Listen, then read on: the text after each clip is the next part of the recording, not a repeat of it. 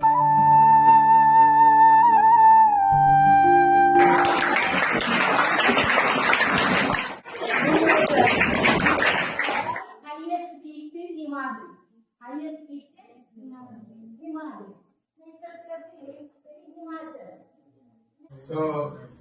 అలుగునూరు స్కూల్లో 17 మంది, మన స్కూల్లో 14 మంది.